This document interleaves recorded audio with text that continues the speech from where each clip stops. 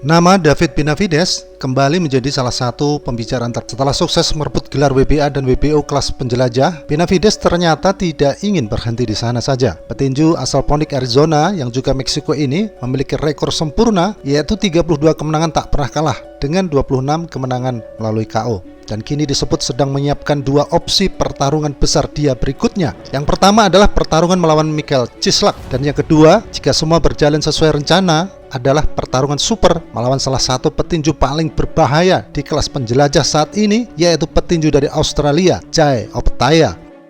Inilah yang membuat situasi di kelas penjelajah semakin menarik, karena kalau rencana ini benar-benar terwujud, maka Benavides bisa saja memasuki tahun berikutnya dengan pertarungan terbesar dalam karirnya. Sebelum membahas Opetaia, kita harus melihat terlebih dahulu apa yang terjadi dengan Null Michelian. Sebelumnya, Benavides berada di jalur untuk menghadapi petinju Null Michelian dalam sebuah pertarungan unifikasi gelar. WBC bahkan telah memerintahkan Null Michelian ini untuk menghadapi Benavides sebagai mandatory challenge. Situasinya cukup jelas. Benavides saat ini sudah memegang sabuk WBA dan WBO di kelas penjelajah, dan Michelian memegang gelar WBC. Jika keduanya bertarung, maka pemenangnya akan membawa 3 sabuk utama di kelas penjelajah.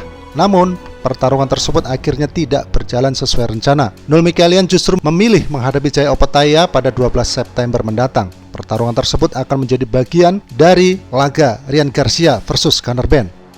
WBC sebelumnya memang telah memberikan pilihan kepada Michelian, yaitu menghadapi Benavides atau berisiko kehilangan gelarnya jika memilih pertarungan yang lain. Situasi ini kemudian membuat masa depan sabuk WBC menjadi tidak pasti, dan sekarang laporan terbaru menyebut Benavides kemungkinan besar akan beralih kepada Michael Chislak untuk laga berikutnya. Chislak ini bukan lawan sembarangan. Petinju asal Polandia tersebut memiliki rekor 28 kemenangan dan hanya 2 kali mengalami kekalahan dengan 22 kemenangan melalui KO. Ia juga memegang status juara interim WBC di penjelajah, dan menurut laporan The Ring, Benavides dan Chislak ini sedang diarahkan untuk bertemu di bulan Desember mendatang. Pertarungan itu disebut kemungkinan berlangsung di Arizona, dekat wilayah asal dari Benavides. Artinya, Benavides kemungkinan akan mendapatkan kesempatan bertarung di hadapan pendukungnya sendiri. Dan ini sangat menarik, karena bagi Benavides, pertarungan melawan Chislak bukan hanya tentang mempertahankan atau merebut sebuah gelar. Pertarungan tersebut bisa menjadi langkah pertama menuju sesuatu yang jauh lebih besar, yaitu Jai Opetaia. Mengapa Opetaia ini begitu penting? Karena Jai Opetaia adalah salah satu petinju kelas penjelajah terbaik yang sampai dengan saat ini belum pernah terkalahkan. Rekornya 30 menang tak pernah kalah dengan 23 menang KO. Petinju kidal asal Australia itu juga sudah lama menginginkan pertarungan besar di kelas penjelajah.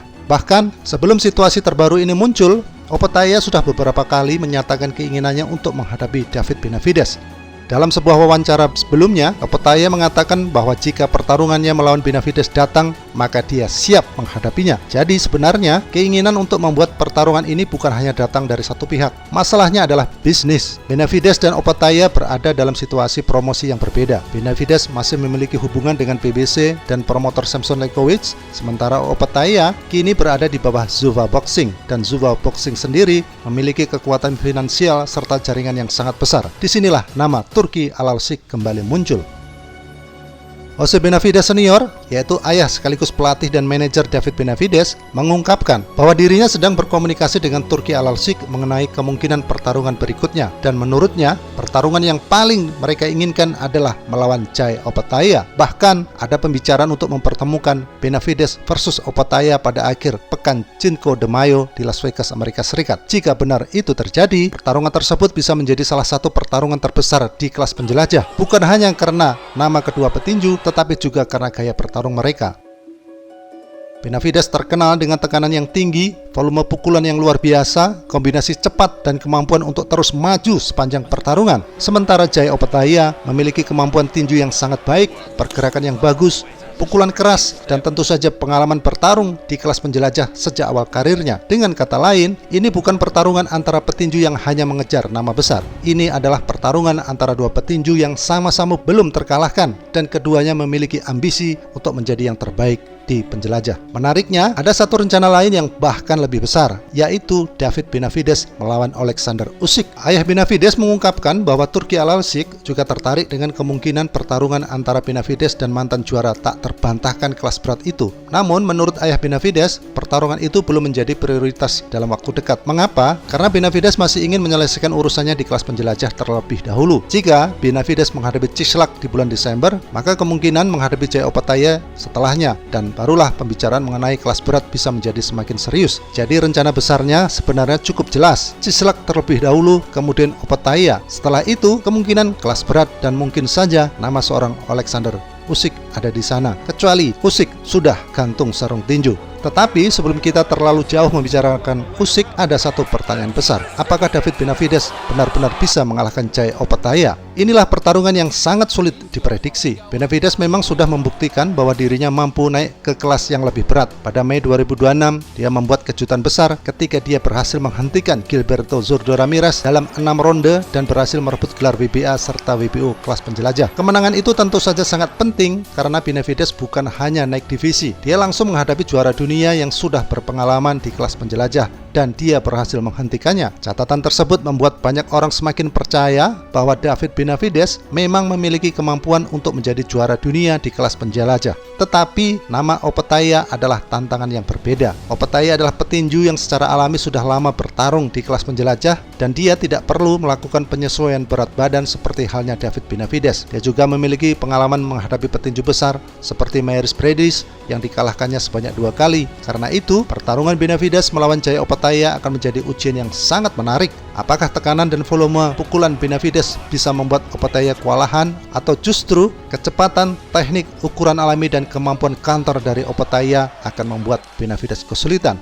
Itulah pertanyaan yang belum memiliki sebuah jawaban. Dan satu hal lagi yang membuat pertarungan ini sangat menarik, Benavides memiliki satu pertarungan tersisa dalam kesepakatannya saat ini, yaitu dengan Samson Lekovic. Artinya, setelah pertarungan berikutnya, masa depan promosi Benavides bisa menjadi salah satu cerita besar dalam dunia tinju. Zuffa Boxing tentu memiliki kepentingan terhadap Opataya. Turki Al-Alsik juga disebut tertarik dengan pertarungan Benavides versus Jaya Opataya. Sementara Benavides sendiri masih memiliki hubungan dengan BBC dan Samson Boxing. Jadi, pertarungan ini bukan hanya pertarungan dua petinju, ini juga merupakan pertarungan kepentingan antara beberapa kekuatan besar dalam bisnis tinju. Dan jika semua pihak bisa mencapai kesepakatan, pertarungan tersebut sangat mungkin menjadi salah satu pertandingan yang paling bernilai di divisi kelas penjelajah. Namun untuk sekarang, kita masih harus menunggu satu persatu. Langkah pertama adalah tanggal 12 September nanti, di mana Jaya Opataya akan menghadapi Nul Mikalian di Las Vegas. Pertarungan ini sangat penting bagi masa depan kelas penjelajah. Jika Opataya menang, maka jalannya menuju Benavides akan semakin terbuka. Tetapi jika Mikalian berhasil membuat kejutan, seluruh rencana tentu saja bisa berubah. Sementara itu, Benavides diproyeksikan kembali naik ring di bulan Desember menghadapi Michael Cislak. Berita terbaru menyebut pertarungan ini sedang diarahkan untuk digelar di Arizona. Jika Benavides dan Opataya sama-sama menang, maka kita bisa mendapatkan sebuah pertarungan yang sangat sulit untuk ditolak. Dua petinju tak terkalahkan, dua nama besar di kelas penjelajah, dua gaya bertarung yang berbeda, dan satu tujuan yang sama, menjadi raja di kelas penjelajah.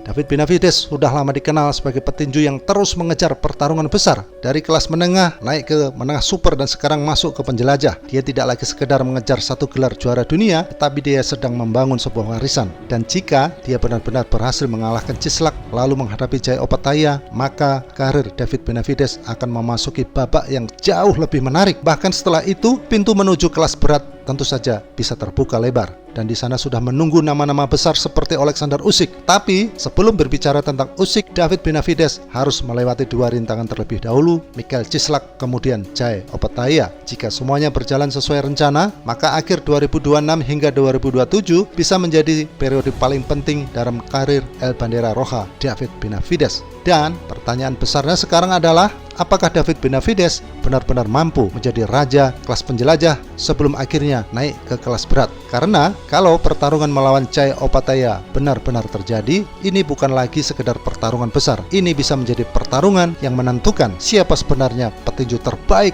di divisi penjelajah. Kita tunggu saja.